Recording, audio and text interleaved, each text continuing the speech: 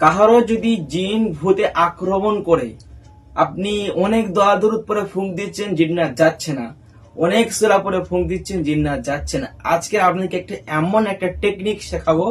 এই টেকনিকের কারণে যত ভয়ঙ্করতম জিন হোক না কেন, যে কোনো জিন, আপনার শায়াতিন জিন হোক, আফারিদ জিন হোক, যত খারাপের থেকে খারাপ জিন্নাত আছে, সেই জিন্নাত গুলো যদিও হোক, আপনি পানি দিয়েছেন, সরষের তেল দিয়েছেন, তাতেও সে যাচ্ছে না। অনেক ঘাওরামি জিন এবং অনেক আশিক জিন, যারা আশিক হয়ে থাকে, যারা প্রেমের মধ্যে পাগল হয়ে থাকে, সেই সমস্ত জিন্নাত গুলো রোগীর ছেড়ে যেতে চায় না। এর জন্য আমি আপনাদের কাছে হেভি একটা সুন্দর মতো একটা আমল নিয়ে এসেছি। ভিডিও শুরু করার আগে বলবো, আপনারা দেখছেন Sanaullah smart TV YouTube channel, অথবা দেখছেন আমলিয়া তদবির শিক্ষা ইউটিউব চ্যানেল অথবা ফেসবুক পেজ।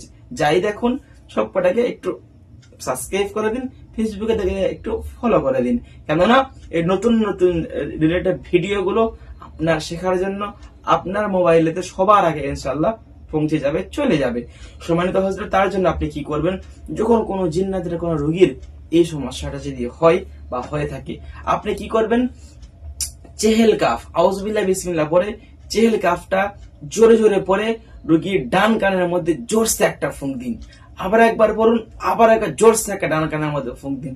এরকম 7 বার ফুঁক দিন ডান কানে, 7 বার ফুঁক দিন বাম কানে। জিন বাবা গো মা গো বলতে ছুটতে বাধ্য হবে। যদি না যাই, আমাকে স্ক্রিনে ফোন নাম্বারে ফোন করে বলুন, হুজুর এই আমলটা করেছি, এত সুন্দর রেজাল্ট হয়েছে, ভাই আমলটা করেছে হুজুর, এই সমস্যা অসুবিধা হয়েছে, আমি ইনশাআল্লাহ সমস্যা সমাধান দেব। আমি কথা দিচ্ছি এই আমলটা এত চমৎকার একটি আমল, আপনার ধারণার বাইরে। বললো হুজুর চেহেল কাফটা আবার কি, চেহেল কাফ সম্বন্ধে আমার ধারণা নেই, স্ক্রিনের মধ্যে আমি দিয়ে দিয়েছিলাম বা এখনো দিলাম। এই চেহেল কাফটা আপনি দেখে দেখে দেখে দেখে দেখে পড়বেন, জোরে জোরে পড়ে একবার খালি কানে ফুঁক দেবেন, ইনশাআল্লাহ ওই জিন পালাতে বাধ্য হবে। আজকের ভিডিও এই পর্যন্ত ছিল। ছোট্ট ছোট্ট ভিডিও, নতুন নতুন আরো অন্যান্য বিষয় জানার জন্য চ্যানেলটি সাবস্ক্রাইব করে সাথে থাকুন। এই ভিডিওগুলো আপনাদের বন্ধুদের মধ্যে, পরিবারের মধ্যে, বাড়িদের মধ্যে শেয়ার করুন, সকলেই যেন এই সুন্দর সুন্দর আমলগুলো জানতে পারে। সকালে ভালো থাকুন, সুস্থ থাকুন। আসসালামু আলাইকুম ওয়া রাহমাতুল্লাহি ওয়া বারাকাতুহু।